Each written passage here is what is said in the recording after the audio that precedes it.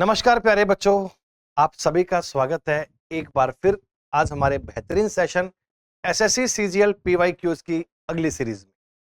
आप सबके लिए एसएससी सीजीएल 2024 में बच्चों जितने भी एग्जाम हुए हैं, टोटल आप जानते हैं इस एग्जाम में 36 शिफ्ट में ये एग्जाम हुआ था और हर एक शिफ्ट का कंप्लीट एनालिसिस अपन कर रहे हैं।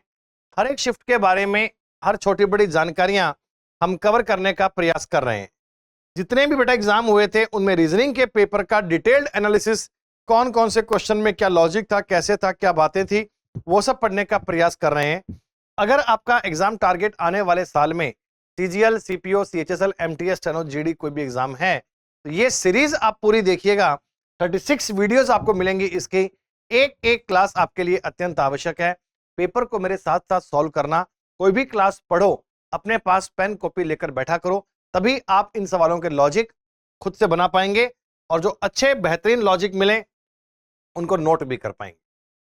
Very first question, the question is of letter series. ये लेटर सीरीज में क्या होता है बच्चों? क्लस्टर दिया है, पहला, दूसरा, तीसरा, चौथा, पांचवा, इसमें बीच का एक थर्ड वाला गायब है। अब नंबर हमने यूं ही नहीं लिखे, ये अपने आप में एक विशेष फॉर्मेट, एक विशेष तरीके की पालना कर रहे हैं। उस तरीके के बेस पे अगला टर्म क्या आना चाहिए ये बताइए। दोस्तों, हर एक लेटर में अलग अलग सीरीज बनती है। इन पहले वाले को अलग बनाइए, सेकंड वाले को अलग, थर्ड को अलग, अलग अलग पैटर्न को ट्रेस करेंगे तो लॉजिक भी अलग अलग बना पाएंगे। कैसे? पहले देखो, C3 पे आता है, E5 पे, I9 पे, K11 पे, तो बीच में एक G मिसिंग है, मतलब +2 का पैटर्न चल रहा है। अल्फाबेट की नंबरिंग याद होनी चाहिए, दिमाग में छपी होनी चाहिए, लिखने की कोई भी नीड नहीं है। 3, 2, 5, 2, 7, 2, 9 और 2, 11, पहला अक्षर 2 ऐड करके बन रहा है। सर नेक्स्ट देखो, QRSTU, सेकंड अक्षर में +1 की सीरीज चल रही है, कॉन्जुगेटिव लेटर चल रहे हैं बच्चों, Q, फिर R, फिर S, फिर T, फिर U। एक एक अक्षर देखें, पहले फर्स्ट सब में फर्स्ट, सेकंड सब में सेकंड, थर्ड सब में थर्ड। जे एम, बच्चों जे से एम तक 3 ऐड किया होगा, 13 और 3 16, 3 19 और 3 22। थर्ड वाले में 3 3 ऐड किए हैं, लास्ट वाले में भी जी और जे 16 19 3 3 ऐड कराए, आना चाहिए बच्चों एम। तो लॉजिक क्या है सर? फर्स्ट वाले लेटर में 2 2 ऐड किए, सेकंड वाले में 1 1 ऐड किया, थर्ड वाले में 3 3 और लास्ट वाले में 3 3। तो GSPM उत्तर बनना चाहिए, option number C. GSPM is the right answer. We can count it, we can solve it. GSPM आपके सवाल का उत्तर बनेगा। आसान, जानकारी बेहद सिंपल है, बस लॉजिक बनाइए साथ साथ। बच्चों, ये एक सवाल दिया ब्लड रिलेशन का, तुरंत फटाफट ट्राई कर दीजिए। एक परिवार के 6 मेंबर हैं मेरे भाई, 1 2 3 4 5 6 इनके नाम हैं। इस बार नाम ABCD पर नहीं दिए, यूं दे दिए तो क्या फर्क पड़ता है? अब देखो, डायग्राम से बनाइए। जो भी चीजें आपको मिलती है ना, आप तो फैमिली स्ट्रक्चर का डायग्राम बना दीजिए और डायग्राम बनते ही आपका उत्तर तैयार है। क्या है sir? 2 is the daughter of 3। 2 is the daughter of 3, but 3 is not the mother of 2। But 3 उसकी मदर नहीं है तो फादर होंगे। जब मैं कह रहा हूं कि 2 3 की बेटी है, 2 3 की बेटी है, बट 3 उसकी मदर नहीं है, तो मदर नहीं तो फादर होंगे। अगर 2 3 की बेटी है, 3 उसके पापा हैं। 1 और 3 मैरिड कपल है बच्चों, 1 और 3 मैरिड कपल है, इसका मतलब 3 की वाइफ का नाम है 1। 5 3 की बहन है, 5 इज द सिस्टर ऑफ 3। 4 1 की बेटी है, 1 और 3 तो पति पत्नी है, बेटी चाहे 1 की हो चाहे 3 की हो, बात तो एक ही है। 4 3 की बेटी है, ये लो, 4 1 की बेटी है या 3 की बेटी है, 2 की बहन तो होगी। 6 2 का भाई है, 6 इज द ब्रदर ऑफ 2। यानी बच्चों, इस बात का मतलब ये 6 2 4, ये तीनों भाई बहन हैं। इनके पापा का नाम है 3, इनकी मम्मी का नाम है 1 और इनकी बुआ, पापा की बहन, आंट कौन है? 5। क्वेश्चन ये था, who is the mother of 2? 2 की मम्मी का नाम क्या है? 2 के पापा हैं 3, उनकी वाइफ है 1, 2 की मम्मी का नाम हो गया। ब्लड रिलेशन मतलब स्ट्रक्चर डायग्राम, फैमिली का डायग्राम बना दीजिए। हर एक सवाल को रिलेट कर पाएंगे, हर एक सवाल को सॉल्व कर पाएंगे। अपने आप में बेहद आसान क्वेश्चन है, अपने आप में बेहद इजी क्वेश्चन, बस चीजें सॉल्व करनी आनी चाहिए।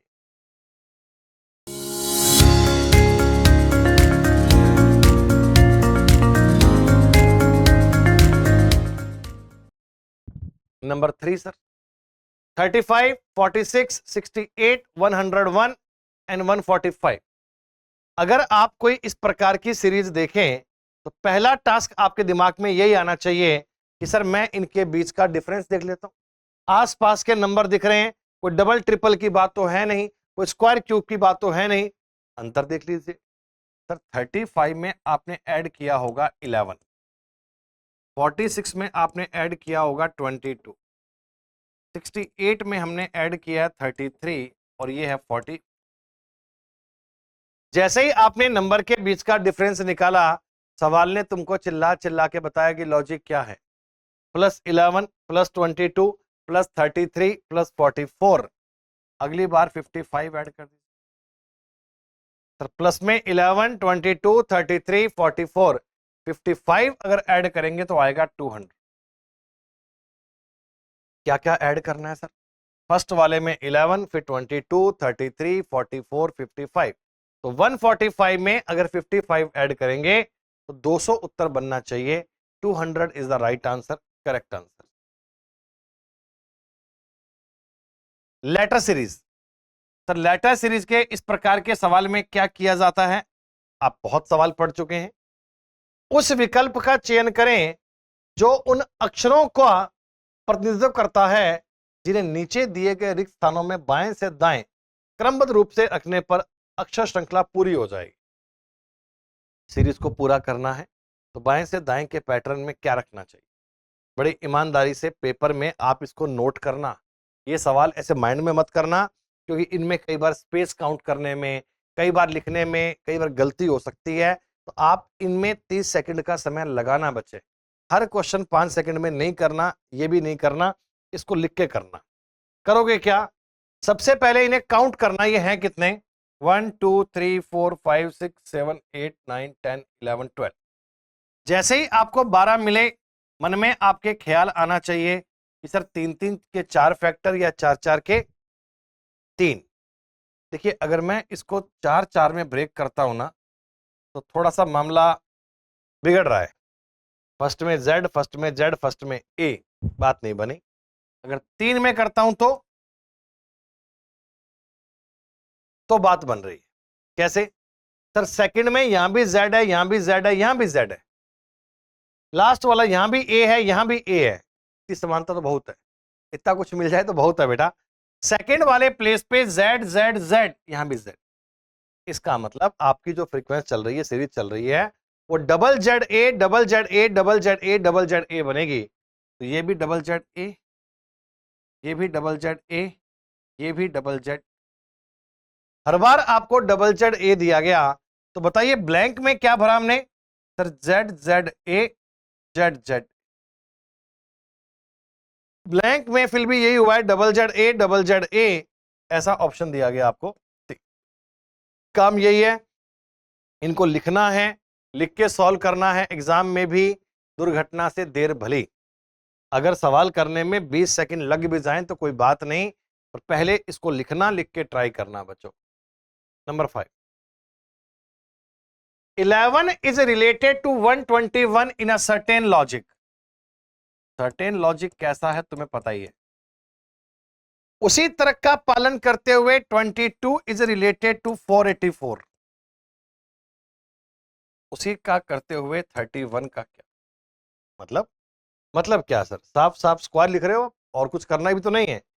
11 का अगर आप स्क्वायर करते हो बेटा, ये आता है 121। 22 का स्क्वायर 444, तो 31 का स्क्वायर होता है 961, 961। Square of 31 is 961। तुरंत आपका आंसर आ गया। हो सकता है किसी को लगे कि सर मेरे को 31 अभी याद नहीं था, तो भैया ऑप्शन कितने आसान है ना। देखो, अगर मैं 31 इंटू 31 करूंगा तो यूनिट डिजिट तो 1 आएगा, 1 इंटू 1 1, तो 1 एक ही ऑप्शन में था। अगर किसी को स्क्वायर याद ना हो तो भी अपना आंसर ज्ञात कर सकता है, लेकिन हो क्यों ना, 40 तक के स्क्वायर तो याद करने, 20 तक के क्यूब और 40 तक के स्क्वायर एक एक बच्चे को कंठस्थ होने चाहिए। डायरेक्टली पेपर में ये बातें काम आ जाती हैं। सीरीज के क्वेश्चन हुए, क्लासिफिकेशन हुए, एनालॉजी हुए, इनमें अक्सर वर्ग और घन संख्याएं काम आती हैं। तो आपको 40 तक के स्क्वायर याद करने ही करने। सवाल नंबर 6 बच्चों, एम्बेडेड फिगर है, आंखें ठीक से खुलती हैं, ये बताना है। क्वेश्चन क्या है, आपके सामने एक फिगर दी गई है इस टाइप की, कौन से ऑप्शन में सेम टू सेम फिगर दी जा रही है और यह भी लिखा गया रोटेशन इज नॉट अलाउड, आकृति को घुमाने की अनुमति नहीं है।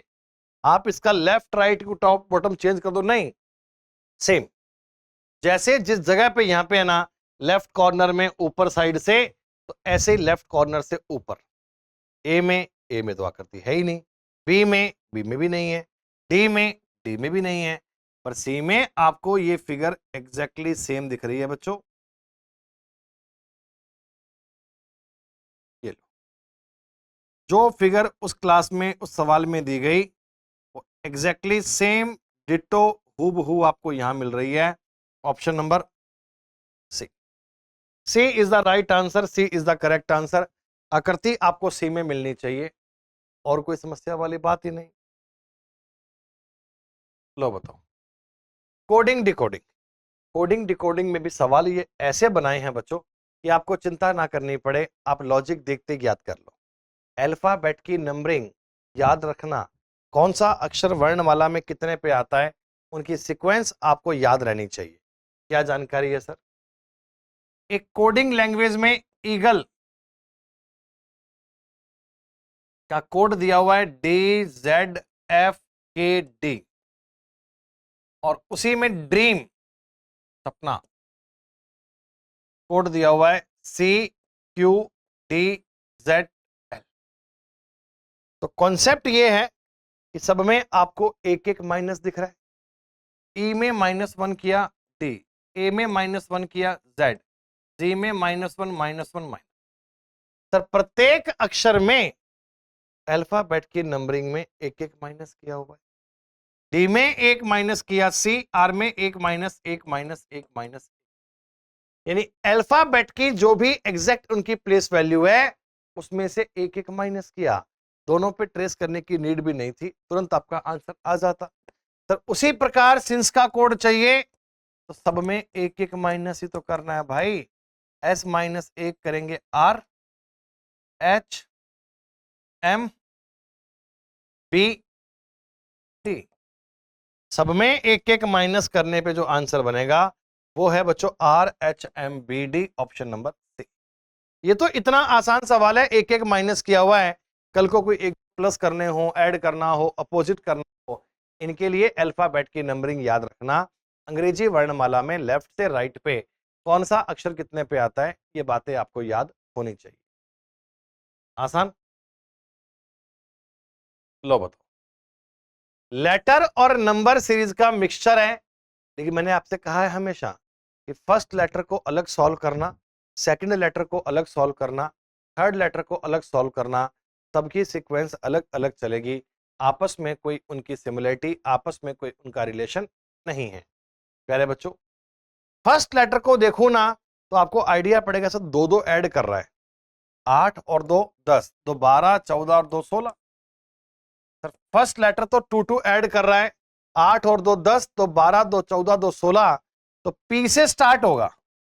एक ही ऑप्शन है, पी से स्टार्ट होने वाला एक ही ऑप्शन था, और क्या कर सर पूरा करेंगे करो।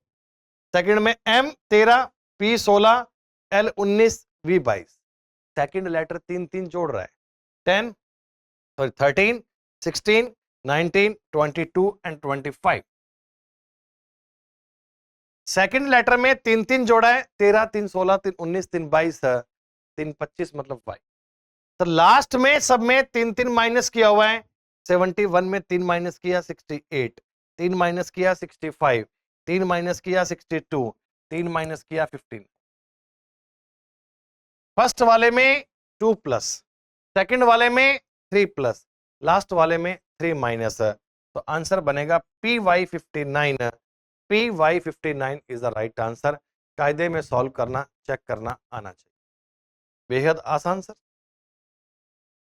लो, सिलोलिज्म का क्वेश्चन तो आपको पता ही है, डायग्राम से बनेगा। जो जानकारी दी गई उसको ठीक से पढ़ो। Some vegetables are fruits, some fruits are flowers, all flowers are garlands. तो उसके बाद 3 कंक्लूजन दिए गए हैं, उनको आपने जांचना है बेटा कि कौन सा कंक्लूजन सही है और कौन सा नहीं है। और ध्यान रखिएगा, डायग्राम जब भी बनाओगे तो आपका डायग्राम अगर ठीक बन गया तो उत्तर आपका पक्का सही आएगा। बस बेसिक बातें जानिए। Some vegetables are fruits, some vegetables are fruits,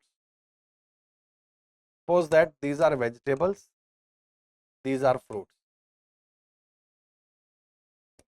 This is some vegetables are fruits, some fruits are flowers, कुछ फ्रूट हैं वो फ्लावर भी हैं, these are flowers, some fruit are flowers, and all flowers are garlands, all flowers are garlands, these are garlands.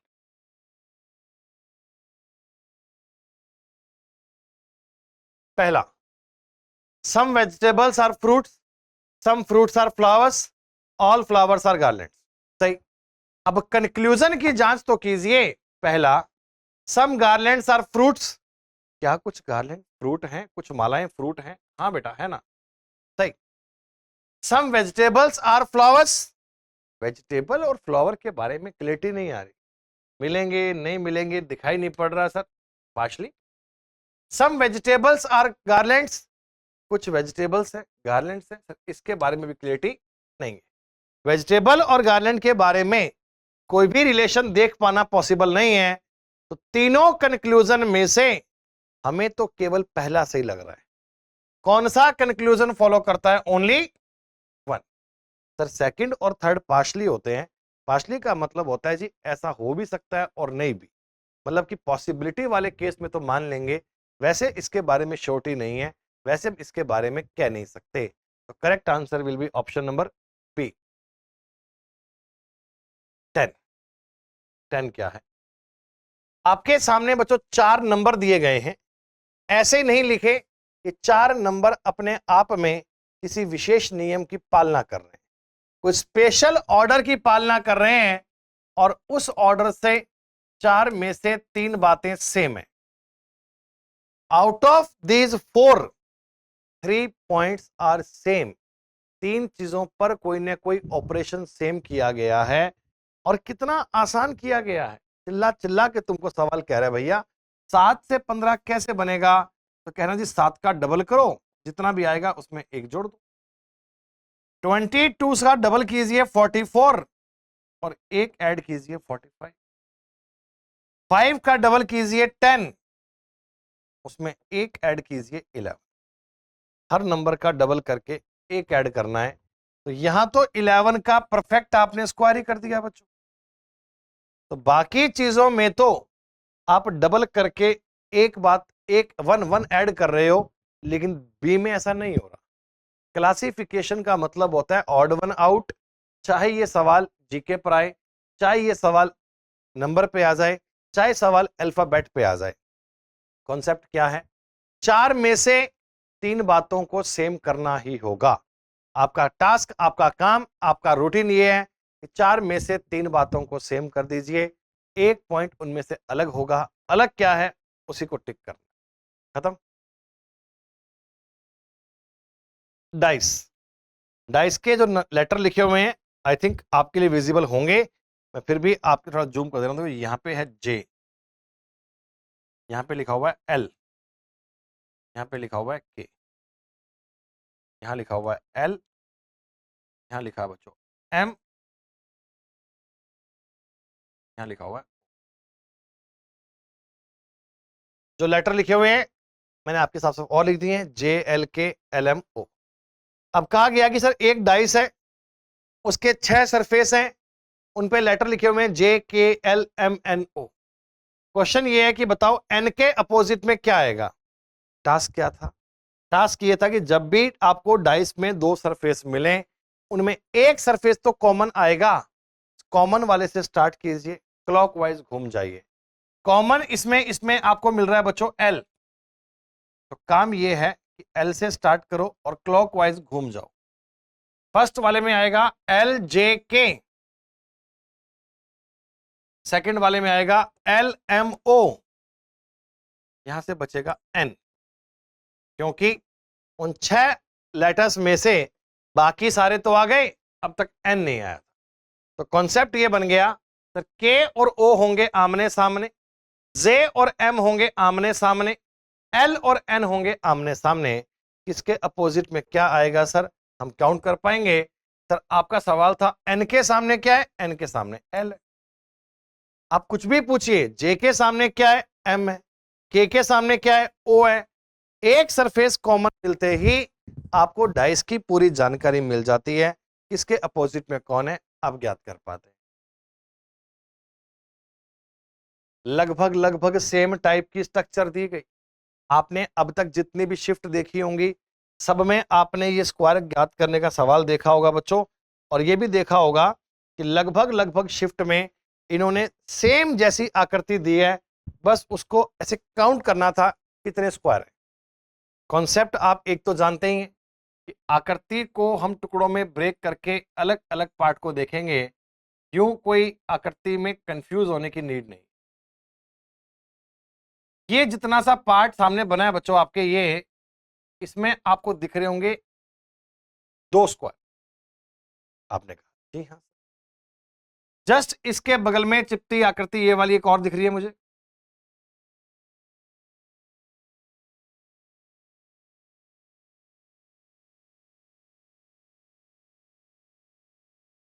ये लो। केवल अगर मैं आपके लिए ये साइड साइड का एरिया हाईलाइट कर दूं, केवल इतना सा एरिया बताऊं बच्चों, तो आप कहना इसमें 3 स्क्वायर हैं, एक इधर एक इधर, एक उनके बीच में मिलने से बन रहा है 3।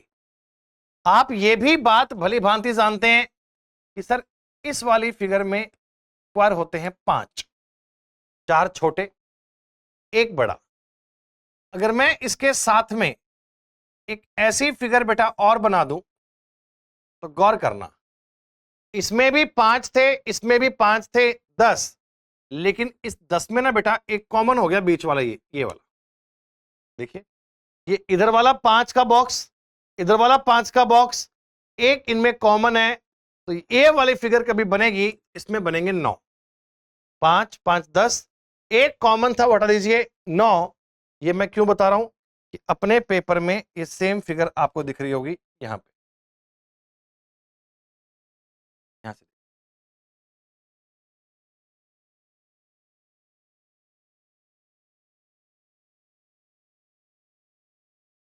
आप यूं कहिए सर 5 का स्ट्रक्चर तो एक रहा और 5 का स्ट्रक्चर एक और है, एक उनमें से कॉमन भी है, तो कॉमन को देखेंगे तो आइडिया पड़ जाएगा आपको।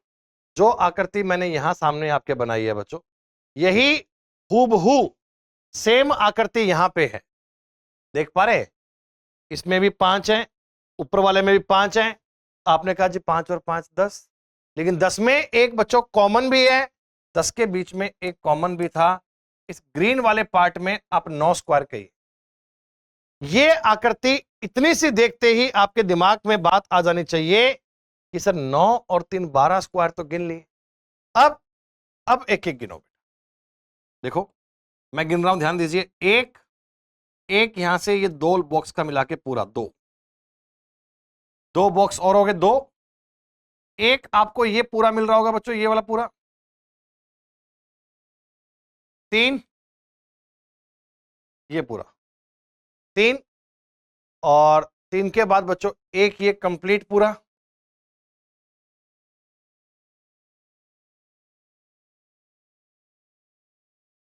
चार, जी हाँ सर 4 हो गए। 4 के अलावा कोई और स्क्वायर भी मिल रहा है क्या? एक छोटा ये वाला, एक पूरा बड़े वाला 2, एक ऊपर वाला वो हो गया 3, एक पूरा हो गया 4, इतने ही होने चाहिए 4। अच्छा एक साइड में छोड़ दिया मैंने, ये वाला माफ कीजिए, एक ये भी है 5।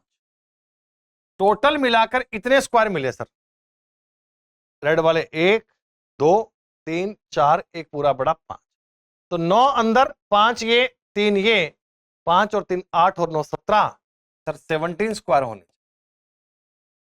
इस पेपर में जितने भी सवाल आए थे स्क्वायर गिनने के, लगभग लगभग सब में सेम स्ट्रक्चर था, लगभग लगभग सब में एक जैसी बातें थी। बस आप तो बेसिक कॉन्सेप्ट से काउंट कीजिए, उत्तर आ जाएगा। टोटल मिलाकर होंगे 17 स्क्वायर।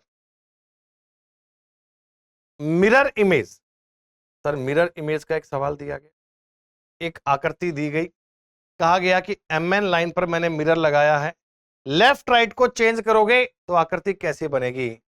जब भी आप वर्टिकल दिशा में मिरर लगाते हैं बच्चों, लंबवत दिशा में मिरर लगाते हैं, तो यकीनन आकृति का लेफ्ट और राइट तो होगा चेंज, टॉप एंड बॉटम में कोई परिवर्तन देखने को नहीं मिलेगा। सर वो 7 पलटेगा, तो 7 से ऐसे 7 सेम नहीं बनता, डी ऑप्शन आउट। 9 सब में सेम है, H सब में सेम है, T इस प्रकार का उल्टा नहीं हो सकता, T तो सेम बनता है बच्चों, A सेम है, Y ऐसा उल्टा नहीं हो। अगर मैं अपने ऑप्शन को एलिमिनेशन करूं तो ऑप्शन A B D तीनों में मिस्टेक थी, तीनों ऑप्शन आउट हो गए, तो इसका मतलब सी ही करेक्ट आंसर है, सी ही right. Mirror image water image के सवाल आपको ऑप्शन से सॉल्व करने हैं, लिखने की नीड नहीं होती। लो बताओ, फिगर सीरीज, फिगर सीरीज का मतलब क्या है? आकृतियों पर आधारित श्रृंखला। बच्चों आपके सामने एक सीरीज दी जा रही है, वो सीरीज एक पैटर्न को, एक रूटीन को फॉलो कर रही है, और मैंने आपसे पूछा इस लास्ट वाले ब्लैंक में क्या आना चाहिए, उस लास्ट वाले ब्लैंक में क्या आएगा। देखिए एक बात तो आप जान रहे होंगे, एक बात तो आपकी समझ में आ रही होगी कि जितने भी इस प्रकार के क्वेश्चन मुझे दिखाई पड़ रहे हैं, एक फिक्स पैटर्न को फॉलो किया जा रहा है, एक फिक्स पैटर्न को फॉलो किया जा रहा है। लाइन कुछ इस टाइप पे, फिर इस टाइप, फिर इस टाइप पे, फिर इस टाइप पे, फिर ऐसा। ये चीज तो आप यूं देखते ही ऑब्जर्व कर लो कि लाइन का पैटर्न पहले इधर, फिर डायगोनल दूसरा, फिर अलग, फिर अलग, अब ऐसा आएगा। अगर डायगोनल वैसा आएगा, उस टाइप का लाइन आएगा, या तो उत्तर बनेगा बी और या बनेगा सी, या तो उत्तर बनेगा बी और या उत्तर बनेगा सी, तो और कोई चिंता की बात है नहीं। ए और डी तो कभी सोचना ही मत। अब इनमें क्या फर्क है? तो देखो बेटा, आप अगर चाहो ना तो इनका स्ट्रक्चर ऐसे भी पकड़ सकते हो, ऐसी बात आपने कर रखी है ना कि 1 से 2 का और 3 से 4 का पैटर्न मैच करो ना, ये डायगोनल चेंज हो गया। टॉप साइड में ऊपर था, सेंटर पे आ गया, टॉप साइड में ऊपर था, सेंटर पे आ गया। मिडल वाली आकृति इसमें है ही नहीं, मिडल की आकृति है ही नहीं, नीचे वाली आकृति ऊपर चली गई, नीचे वाली आकृति ऊपर चली गई। 1 और 2 की मूवमेंट 3 और 4 की मूवमेंट के सेम है, तो प्यारे बच्चों 2 और 3 को, 4 और 5 को सेम कर लो। जो काम 2 से 3 में होना है वही काम 4 से 5 में होना है, ऐसा देख लिया करो। अगर 1 और 2, 3 और 4 सेम है, तो 2 और 3, 4 और 5 का स्ट्रक्चर भी सेम रहेगा। गौर कीजिए सर, देखो 2 से 3 को पकड़ो, मिडल में क्या है? स्टार, मिडल में क्या है? एस, अगली बार स्टार गायब, तो एस भी गायब। सवाल में एस तो होना ही नहीं चाहिए बेटा, एस तो होना ही नहीं चाहिए, उत्तर आ गया सी। आपने कहा नहीं सर थोड़ा और देखेंगे। देखो टॉप साइड में स्क्वायर था, अगली बार सेंटर में आया, टॉप साइड में एम था, अगली बार एम सेंटर में आएगा, एम सेंटर में सब में ही। बीच में स्टार था या नीचे एस था, ये ऊपर चला गया, नीचे डॉट था, नीचे डॉट था बेटा, तो ये ऐसा ऊपर चला जाएगा, ऊपर डॉट आएगा, ऊपर डॉट आएगा, तो भी आपके ऑप्शन मत बन रही है। लास्ट आकृति नई आनी चाहिए, समथिंग न्यू, समथिंग न्यू तो केवल कहां है? सेम। तो आप ऐसे भी ट्रेंड दे सकते हैं, 1 से 2, 3 से 4 की मूवमेंट, 2 से 3, 4 से 5 की मूवमेंट सेम होगी। ऑप्शन से चीजों को बनाए कीजिए, जितने ऑप्शन आसान है उतना आसान कोई नहीं होता। 15 सर 24, 15, 120 एनालॉगी का सेट आपस में किसी प्रकार से संबंधित है। 21, 19, 133 ये भी आपस में किसी प्रकार में संबंधित है। आपको बताना है उसी प्रकार में इनमें से क्या हो। पहली बात तो आप ये देखो कि 24, 15 से 120 कैसे बन सकता। देखो 120 एक बड़ा नंबर है, 120 एक लार्ज नंबर है, पर इतना भी लार्ज नहीं है, इतना भी बड़ा नहीं है कि कोई स्क्वायर कर दें, क्यूब कर दें। सर 24 गुणा 5 होता है 120, या 15 गुणा 8 होता है 120। यानी कि मैं ये समझा कि अगर 15 गुणा 8 मिल जाए 120, और 19 गुणा 7 होते हैं 133, और 19 इंटू 7, तो बात समझ में आ रही है मुझे कि 24 गुणा 15 कीजिए, डिवाइड बाई 3 कर दीजिए। 24 का 15 से गुणा करेंगे बेटा, 24 गुणा 15 करेंगे, डिवाइड बाई 3 करेंगे। देखो ये 8 बार कटेगा, 15 8 120। ए और बी का मल्टीप्लाई कीजिए और 3 से डिवाइड कर दीजिए। सर 21 गुना 19, अगर 21 गुना 19 करूं और 3 से डिवाइड करूं, देखो ये कटेगा 7 बार, 19 7 133। फर्स्ट के 2 नंबर मल्टीप्लाई कीजिए और 3 से डिवाइड कीजिए। सर अगर मैं ए ऑप्शन पे जाता, देखो ये बनता 18 गुना 16, अगर मैं 3 से भाग करूंगा तो ये बनेगा 6, 16 गुना 6 होता है 96, वहां लिखा है 99 नहीं। अगले में बच्चों 31 इंटू 9 डिवाइड बाई 3 करूंगा, ये 3 से 3 बार कटेगा, 31 3 93, ये भी उत्तर नहीं। इसमें भी आंसर नहीं बन रहा। 33 गुना 10 करेंगे, डिवाइड बाई 3 करेंगे, 3 से 11 बार कटेगा 110, ये भी आंसर नहीं। तो डी को तो होना ही पड़ेगा ना। सारे ऑप्शन ऐसे देखने की नीड नहीं होती। 27 गुना 12 बटे 3, 3 से कैंसिल 9 बार, 12 गुना 9 108। तो जो लॉजिक ऊपर दी गई दो संख्याओं में था, एग्जैक्टली सेम आपको मिल रहा है डी में। अगर मैं इसको यूं बताऊं कॉन्सेप्चुअल, तो ये है कि a इंटू बी किया है और 3 से डिवाइड किया है, तब हमने c को बनाया है। ये इसका फॉर्मूला। ऐसे आपको ढेरों सवाल पेपर में अभ्यास करने पहले एक एक क्वेश्चन आप अगर खूब घर पे अभ्यास करेंगे तो आने वाले सवाल पे लॉजिक भी आप बना पाएंगे, मुश्किल नहीं है। लो बताओ सर, ये एक सवाल दिया है ऑड वन आउट का, और ऑड वन आउट में आप सब जानते हैं कि लॉजिक क्या होता है। लॉजिक ये है सर, 4 चीजें आपको दी गई हैं ये वाली, इनमें से 3 बातें किसी पैटर्न में किसी आधार पे सेम है। ये जो 4 बातें दी गई हैं ना बच्चों, इनमें से 3 किसी स्ट्रक्चर में किसी पॉइंट में एक जैसी हैं, यानी उनमें कोई ना कोई सिमिलरिटी बन रही है, उनमें कोई समानता बन रही है। जैसे y w v t n l k i, w v t s s q p। 4 में से 3 बातों में एक समानता दिखाई पड़ रही है, एक बात उनमें से अलग बनेगी। अलग क्या है वो ढूंढना है बच्चों। 25 23 में 2 माइनस, 23 22 में 1 माइनस और 2 माइनस। अगर मैं अल्फाबेट की नंबरिंग दिमाग में सोचूं, 25 23 पे आता है, W आता है 25 सॉरी Y 25 पे, W 23 पे, 22 पे, 20, तो -2 -1 -2। यहां देखिएगा 14 12 -2 -1 -2, यहां भी -1 है और ये -2 है और ये -1 है, ये -2 है -1 है माइनस। सर सी में लॉजिक अलग हो गया। ऐसे नजर आ रहा होगा आपको कि सर बाकी सबको अगर देखा जाए ना, तो बाकी सब में गैप है -2 -1 -2, फिर -2 -1 -2 -2 -1 -2, लेकिन सी में अलग है, वहां उल्टा है, और -1 -2 -1 है। तो अल्फाबेट की नंबरिंग अगर याद होगी तो चीजों को आप तुरंत ऐसे पढ़ के ट्राई कर दोगे। इनको तो याद करना ये मैंडेटरी है आपके लिए। बताओ, कहा गया आपसे इनके बीच में सिंबल क्या रखें सर?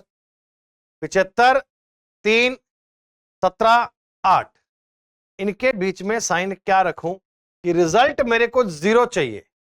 लेफ्ट से राइट में इनको पुट करना है और ऐसे करना है कि क्या बन जाए? 0। सर ऑप्शन ए रखूंगा तो 75 गुणा 3 225 नहीं बनेगी बात। ऑप्शन बी रखेंगे तो 75 माइनस 3 -17 गुणा 8 136 नहीं बन पाएगा बेटा। Minus minus plus 75 minus 3 -17 plus 8 नहीं बन पाएगा। 75 भाग 3 25, 17 8 25 बन जाएगा। बोर्डमास का नियम लगाना है और बेसिक सी कैलकुलेशन है, ट्राई करना है। देखिए अगर मैं यहां पे बच्चों डिवाइड करता हूं, यहां पे माइनस यहां माइनस, तो क्या बन रहा है? 75 में 3 का भाग दोगे 25, -17 -8, तो ये बनना चाहिए 25 -25। सवाल का उत्तर आना चाहिए 0। केवल एक ही ऑप्शन है डी। तो और किसी बात को चेक करने की नीड नहीं है, तुरंत इसे बनाइए, सॉल्व कर। पेपर में लिमिटेड टॉपिक हैं, इन पर ही जानकारियां आती हैं। कोडिंग डिकोडिंग, एक्सेस एक वर्ड लिखकर दिया है, इसका कोड दिया गया है। उसी प्रकार एनर्जी का कोड दिया गया है, एस्केप का कोड पूछा है। तो अल्फाबेट की नंबरिंग देख लो बेटा। अरे कितना आसान है भाई। EXCESS कोड किया हुआ है 7265722121। आप मुझे बताइए क्या अल्फाबेट की नंबरिंग याद है? जी हाँ सर। E आता है 5 पे, X आता है 24 पे, C आता है 3 पे, 5 19 और सर आप देखिए ना, प्रत्येक अक्षर में दो दो ऐड कीजिए ना। जो भी अल्फाबेट की नंबरिंग है उसमें दो दो ऐड कर दीजिए। 5 और 2 7, 24 और 2 26, 3 और 2 5, 5 और 2 7, 19 और 2 21, 19 2 21। हर लेटर की प्लेस वैल्यू में दो दो ऐड किए आपने। सेम ऐसा ही काम आपने किया है एनर्जी में। ENERGY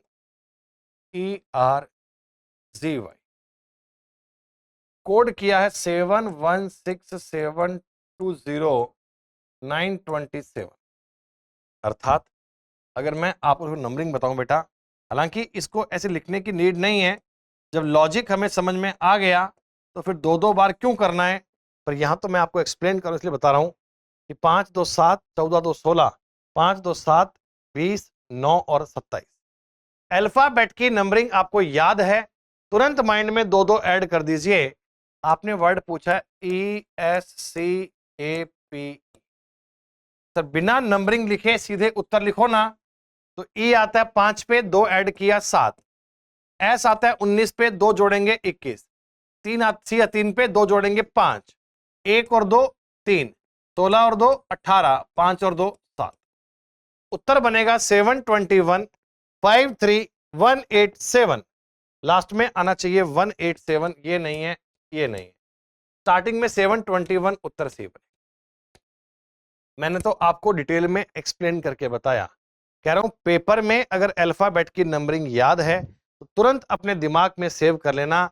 अल्फाबेट में ए से लेकर जेड तक प्रत्येक अक्षर कौन कितने पे आता है याद रखना। और जेड के बाद में ए आता है 27 पे, बी आता है 28 पे, सी 29 पे। ये भी ऑर्डर आपको पता होना चाहिए।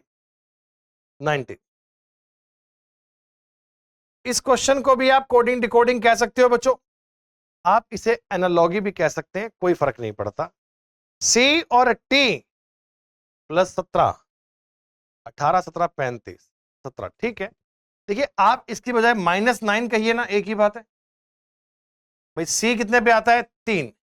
आप इसको 29 भी कह सकते हो, कोई बुराई नहीं है। 27 पे ए, 28 पे बी, 29 पे सी। -9 करेंगे टी आएगा, 18 -9 करेंगे आई आएगा, और 23 -9 करेंगे 14। CRW, तीनों में -9 -9 -9 करेंगे, TIN बनेगा। तो D आता है 30 पे, 30 पे, 30 कैसे भैया? 26 में Z, 27 में A, 28 में B, 29 में C, 30 में D। यूं कहिए D 4 पे होता है, 26 ऐड कर लीजिए, 30।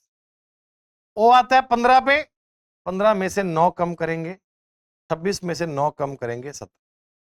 प्रत्येक अल्फाबेट की नंबरिंग में 9 कम कर दीजिए सर। अब देखो A आएगा 27, 27 में से 9 कम करेंगे 18 का मतलब R। नंबर लिखना मत, नंबर दिमाग में रहना चाहिए। L आता है 12 पे, 12 में से 9 कम करोगे 3, 3 पे होता है C।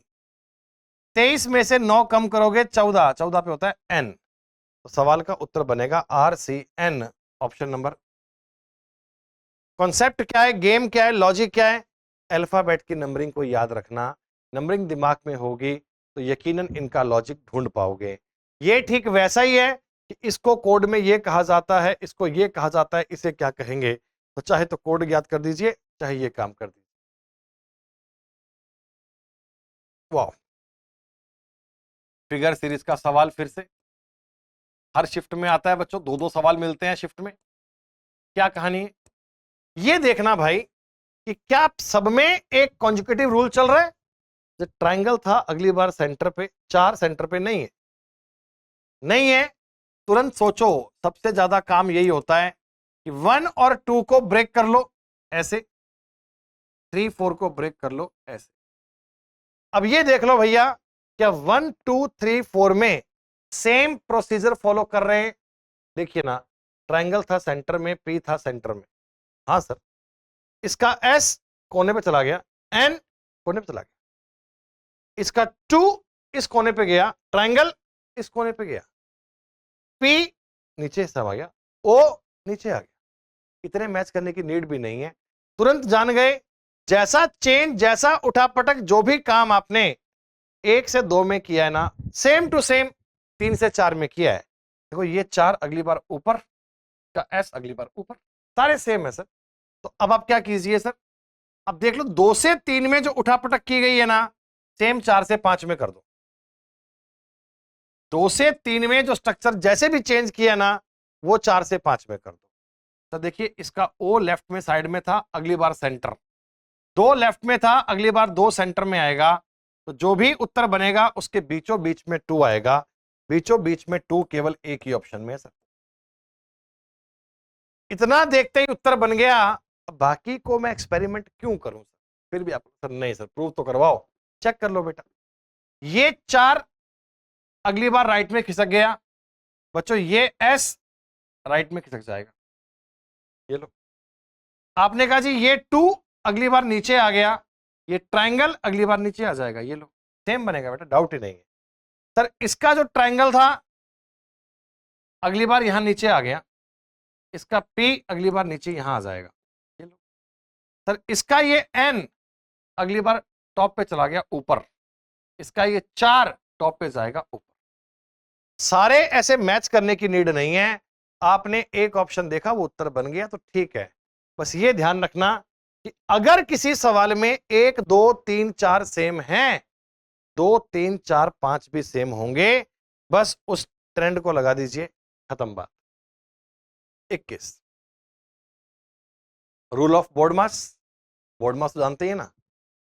पहले आपको सवाल में दिया गया कि भाई प्लस और माइनस को इंटरचेंज कर दीजिए, मल्टीप्लाई और डिवाइड को भी इंटरचेंज कर दीजिए। प्लस और माइनस को बदल दीजिए, मल्टीप्लाई और डिवाइड को बदल दीजिए। तो बदलो पहले, 27 डिवाइड बाई 3 -4 इंटू +7। मल्टीप्लाई के प्लेस पे डिवाइड कर दिया, डिवाइड के प्लेस पे मल्टीप्लाई। इंटरचेंज का मतलब यही होता है कि आपस में इनके स्थान बदलो, प्लस के स्थान पे माइनस और माइनस के स्थान पे प्लस। करना क्या है सर, 27 में 3 का भाग दीजिए 9, -8 + 7, 16 में से 8 घटाओगे उत्तर बनेगा 8। Correct answer option number D. D को आप तरीके में टिक कर दीजिए, यही तो बोर्ड मास का नियम है, और क्या बच्चों। ओ प्रश्न में शब्दों के जोड़े दिए गए हैं जो एक निश्चित तरीके में एक दूसरे से संबंधित है, ठीक है। निम्नलिखित 4 युग्मों में से 3 समान हैं। साफ साफ बोला, हमेशा बोला मैंने आपको, क्लासिफिकेशन का मतलब ये होता है कि 4 में से 3 बातें सेम है, एक बात उनमें से डिफरेंट है, जो डिफरेंट है, जो अलग है, वो बताना है क्या होगा। 4 में से 3 बातें सेम है, क्या है बच्चों? शूज और फीट, जूते पैर में पहने जाते हैं। Book and pages, sir book है ना, एक पेजेस का ग्रुप है, pages is a part of book. Specs and lens, lenses are part of specs, चश्मे का एक पार्ट है। Petals are part of flower, sir उत्तर बनेगा ए। बाकी तीनों में दूसरी चीज पहली चीज का एक पार्ट है, एक अंश है, एक भाग है। बुक का पार्ट है पेजेस, स्पेक्स का पार्ट है लेंस, फ्लावर का पार्ट है पंखुड़ियां, लेकिन शूज का पार्ट फिट नहीं होते।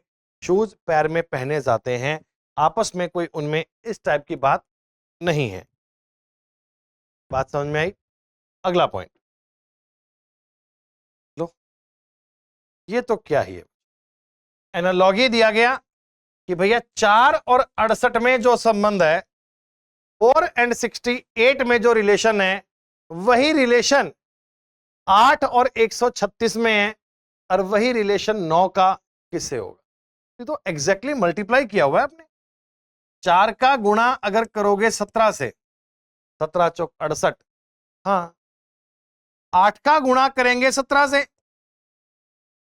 136, तो यहां भी तो गुणा 17 कीजिए, और 17 गुणा 9 होते हैं बच्चों 153। अगर आपने कहा सर वो 17 टाइम है, अगला 17 टाइम है, तो अगला भी तो 17 गुणा आएगा, तो 9 गुणा 17 153, उत्तर बनेगा D. Paper folding and cutting, एक कागज को मोड़ना एवं काटना। जब एक पेपर को फोल्ड करते हैं, कट करते हैं, तो ओपन करने पर यह कैसा नजर आएगा? बच्चों पेपर को आप कट कीजिए, फोल्ड कीजिए, तो मिरर इमेज और वाटर इमेज के कॉन्सेप्ट काम आते हैं। जब जब आपने कागज को ऊपर नीचे फोल्ड किया, तो ये वाटर इमेज का सवाल बन गया। जब जब आपने कागज को लेफ्ट राइट में फोल्ड किया, तो ये मिरर इमेज का सवाल बन गया। जैसे कि बच्चों आप बात को समझें, लेफ्ट राइट को ओपन करोगे तो इस ई को आप यहां बनाओगे, इस ई को यहां बनाओ, क्योंकि मिरर इमेज है सर, और मिरर इमेज का मतलब आपको भली भांति पता है कि आकृति का लेफ्ट राइट आपस में चेंज करना है, टॉप एंड बॉटम में कोई परिवर्तन नहीं होगा। तो देखिए यहां तो ये आकृतियां बीच में आपने दी नहीं, ये तो कैसे बन जाएगा सर? यहां भी नहीं दी सर, कैसे बन जाएगा? यहां भी नहीं दी, कैसे बन जाएगा? तो ऐसा ऑप्शन तो एक ही, ऊपर वाले पार्ट पे जाने की नीड ही नहीं पड़ी, आधे से ही काम हो गया। निचले वाले पार्ट में ऐसी फिगर बननी चाहिए, ऐसी की ऑप्शन सी में है, बाकी किसी में तो इसके सिमिलर आकृतियां हैं ही नहीं। आखिरी सवाल सर, एक वर्ड दिया है कॉर्नफ्लेक्स के प्रत्येक अक्षर को बाएं से दाएं अंग्रेजी वर्णमाला के क्रम में पुनर्व्यवस्थित किया जाता है, तो कितने अक्षरों की स्थिति बदल जाएगी? CORNFLEX,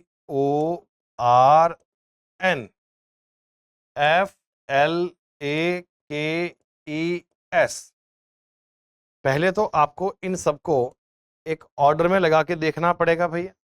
सबसे पहले आएगा इसमें A, B इसमें है नहीं, C, D इसमें है नहीं, E, F G H I नहीं है, J K L M इसमें नहीं है, N O P Q R S। Total आपके पास इसमें लेटर्स थे 1 2 3 4 5 6 7 8 9 10। 10 में से एक तो L सेम है, एक S सेम है। अगर ये पूछे कितने लेटर सेम रहेंगे जिनका पोजीशन नहीं बदलेगी, तो बेटा 2 ऐसे हैं जो बिल्कुल अपनी जगह पे हैं, जिनकी पोजीशन अनचेंज है, वो हैं 2, एक तो L और एक S। लेकिन 2 के अलावा बाकी के जो 8 हैं उनकी जगह बदल चुकी है। The correct answer 8। बहुत बार सवाल पेपर में ऐसा भी आता है कि सेम कितने, बहुत बार ये बनता है कि चेंज कितने हो गए। रीअरेंजमेंट का सवाल है, अल्फाबेट के ऑर्डर में अरेंज करना, ये तो जानकारी आनी चाहिए। आसान बच्चों। तो ये इस पेपर के बच्चों पूरे हुए 25 क्वेश्चन। एक एक सवाल का आपने कंप्लीट एनालिसिस किया और देखा कि 25 सितंबर को शिफ्ट 1 में जो एसएससी का एग्जाम हुआ उसमें कौन कौन से सवाल आए, सवालों का एग्जैक्ट लेवल क्या था और आप प्रत्येक सवाल को कैसे ट्रेस कर सकते थे। इतनी बात समझ में आई बच्चों? अगर ये सेशन आपको अच्छा लगा, सब बातें समझ में आई, तो हमें कमेंट करके बताइएगा जरूर। बच्चों, आपके लिए हमारे इस चैनल पर लगातार इस प्रकार की वीडियोस आती रहेंगी जो आपके आने वाले हर एग्जाम के लिए बहुत बेनिफिशियरी, बहुत इंपॉर्टेंट है। तो मिलते हैं बच्चों अगली क्लास में, तब तक के लिए शुक्रिया, धन्यवाद। जय हिंद, जय भारत।